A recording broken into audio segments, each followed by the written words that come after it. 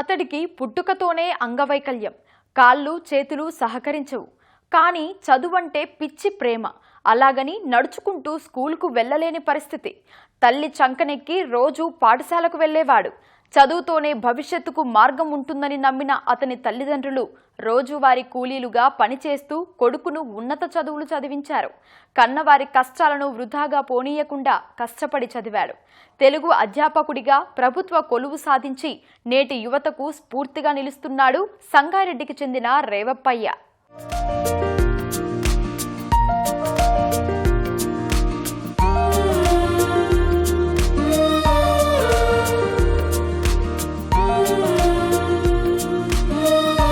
పరీక్షల్లో తక్కువ మార్కులొచ్చాయని, ఫెయిల్ అయ్యానని అనేక మంది విద్యార్థులు కుంగిపోవడం లేదా ఆత్మహత్యలకు పాల్పడటం చూస్తుంటాం.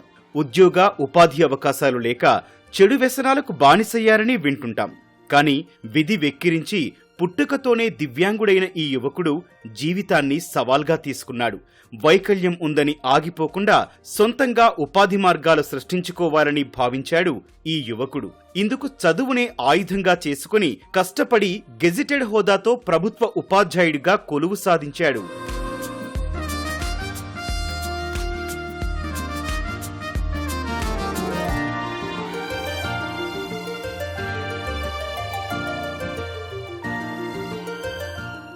ఈ యువకుడి పేరు రేవప్పయ్య.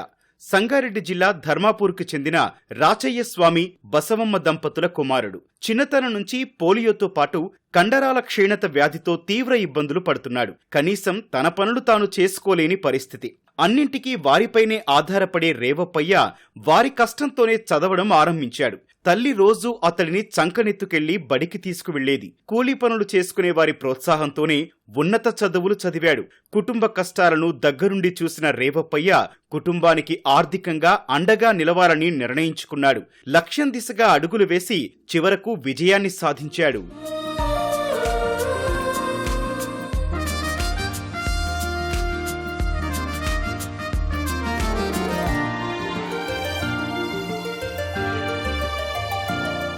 ఉన్నత చదువులు పూర్తి చేసుకుని పోటీ పరీక్షలకు ప్రిపేర్ అయ్యాడు రేవప్పయ్య. 2022లో ప్రభుత్వ జూనియర్ లెక్చరర్ కొలువుకు సన్నద్ధమై 2025 మార్చిలో ఉద్యోగం సాధించాడు. తొలుత పటాన్ చెరువు పరిధిలోని రామచంద్రాపురంలో అటాచ్ కావాలని ఆదేశాలొచ్చాయి. అయితే సంగారెడ్డి నుంచి ఆర్సీపురం వెళ్లాలంటే కష్టంతో కూడిన అంశం.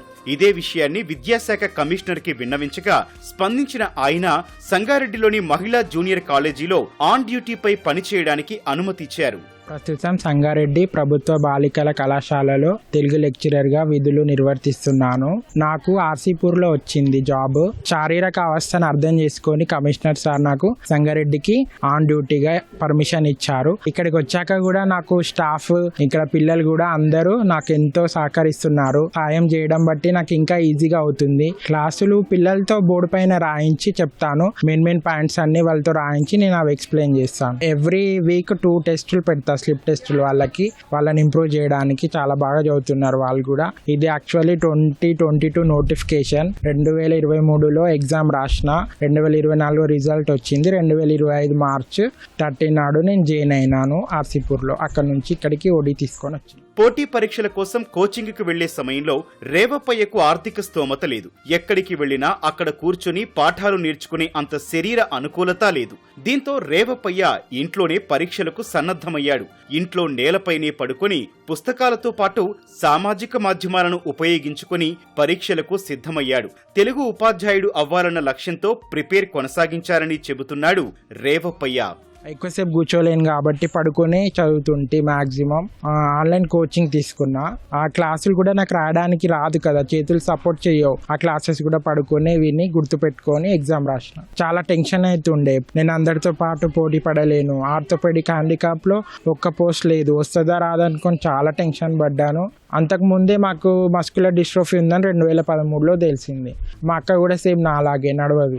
అక్క గురుకుల డిగ్రీ లెక్చరర్గా బుదేరాలో అక్క కూడా తెలుగే చెప్తాయి. ఇద్దరికి సేమ్ ప్రాబ్లం.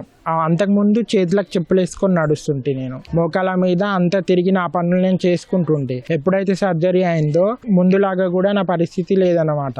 డిప్లొమా తర్వాత సర్జరీ అయిపోయింది 2012లో.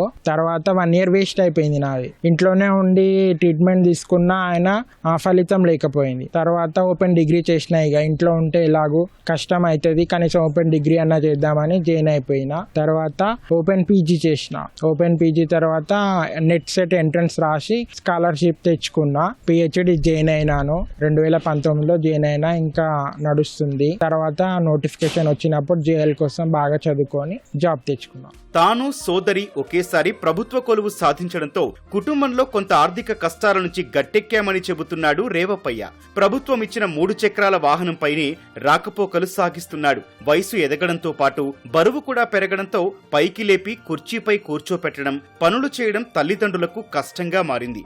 దీంతో మరో వ్యక్తికి జీతం చెల్లిస్తూ సహాయకుడిగా పెట్టుకున్నాడు. కాలేజీలో కూడా ఉపాధ్యాయులు, విద్యార్థులు అండగా నిలుస్తున్నారని వివరించాడు. నేను ఏ పనులు చేసుకోలేను. ఇప్పుడంటే జాబ్ వచ్చినాక ఒక పర్సన్ని పెట్టుకున్నా కేర్ టేకర్గా. కానీ అప్పుడు ఇంట్లో పరిస్థితులు చాలా దారుణంగా ఉంటుండే. అమ్మ నాన్నకు చేత కాకుండే. పడుకుంటే ఒక మనిషి వచ్చి లేపితే తప్ప నేను నాది లేవలేని పరిస్థితి అనమాట. కండరాల్లో బలం అనేది పుట్టుకతో చాలా తక్కువ ఉంటుంది. అది అలాగే ఉంటుందా అంటే అలా ఉండదు. మనకి ఏజ్ పెరిగే కొద్దీ బలం ఇంకా తగ్గిపోతుంది అనమాట. దానివల్ల నేను ఏ పనులు చేసుకోలేను. కనీసం షర్ట్ వేసుకోలేను, స్నానం చేసుకోలేను. ఒక్కోసారి తినడానికి కూడా చాలా కష్టం అవుతుంది. ఎడమ చేసి సపోర్ట్ తీసుకొని తినాల్సి వస్తుంది. నీళ్లు కూడా తాగడానికి చాలా కష్టం అవుతుంది. ఇవన్నీ ఎదుర్కొంటూ ఇక్కడ వరకు వచ్చాను నేను. 1 కిలో బియ్యం కోసం కూడా చాలా కష్టపడ్డ రోజులు ఉన్నాయి. పక్క వాళ్ళు అన్నం పెడితే తిన్న రోజులు ఉన్నాయి. ఇవన్నీ చూసి కూడా మాకు ఏదో ఒకటి సాధించాలి, అమ్మ నాన్నని బాగా చూసుకోవాలి అన్న కసి అయితే బాగా పెరిగింది అక్కకు నాకు. చేయి అందించి చేయుతనిచ్చిన వాళ్ళు ఉన్నారు, డిస్కరేజ్ చేసిన వాళ్ళు ఉన్నారు. ఆత్మవిశ్వాసం ఉండాలి. మన మీద అనుమానం అస్సలు ఉండొద్దు. ఇది చేసానా చేయగలనా అని అనుకోవద్దు. మనతో అవుతుంది అనుకుంటే ఖచ్చితంగా అవుతుంది. విద్యార్థులకు అర్థవంతంగా పాఠాలు చెప్పడంతో పాటు తోటి ఉపాధ్యాయులకు స్ఫూర్తిగా నిలుస్తున్నాడు రేవప్పయ్య. ఒక సాధారణ వ్యక్తి నుంచి గెజిటెడ్ హోదాకు రావాలంటే అన్ని అవయవాలు సక్రమంగా ఉన్న వ్యక్తులకే తేలికయ్యే పని కాదు. కానీ ఇతడు మాత్రం తెలివితేటలను అస్త్రంగా మార్చి ఉద్యోగం సాధించాడు. అతడి కృషి ఎందరికూ ఆదర్శంగా నిలిచిందని అధ్యాపక బృందం హర్షం వ్యక్తం చేశారు. పట్టుదల కలిగిన వ్యక్తి మాకు సేవలు అందించడానికి ముందుకొచ్చిన రేవప్పయ్య సార్కి సర్వదా మేము కృతజ్ఞులము. ఒక మామూలు హోదా నుంచి గెస్టెడ్ హోదా ఉద్యోగం తెచ్చుకోవాలని పట్టుదలగా ఆయన ఇంత చక్కగా టీజీపీఎస్సీ ద్వారా ఒడిదుడుకులో మధ్యలో కూడా ఆయన ఉద్యోగాన్ని సంపాదించి ఈ స్టేజ్లో ఉన్నారు. ఆ పట్టుదలకి దీక్షకి హ్యాట్స్ ఆఫ్ టు రేవప్పయ్య సార్. ఈ సమాజం లోపల యువత అసలు ఒక లక్ష్యం లేకుండా, ఒక టార్గెట్ అనేది లేకుండా ఈ నవీన యుగం లోపల సార్ ఒక బెస్ట్ ఎగ్జాంపుల్. అంటే ఒక దీక్ష పట్టుదల ఉంటే ఏ అడ్డంకి కూడా మనకు విజయానికి అడ్డు రాదనేది సార్ను చూసి చాలా ఇన్స్పిరేషన్.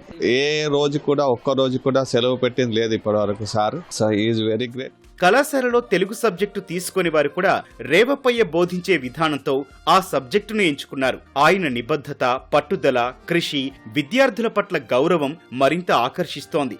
ఆయనలా కష్టపడి చదివి ప్రభుత్వ ఉద్యోగాలు సాధిస్తామని ధీమా వ్యక్తం చేశారు విద్యార్థులు.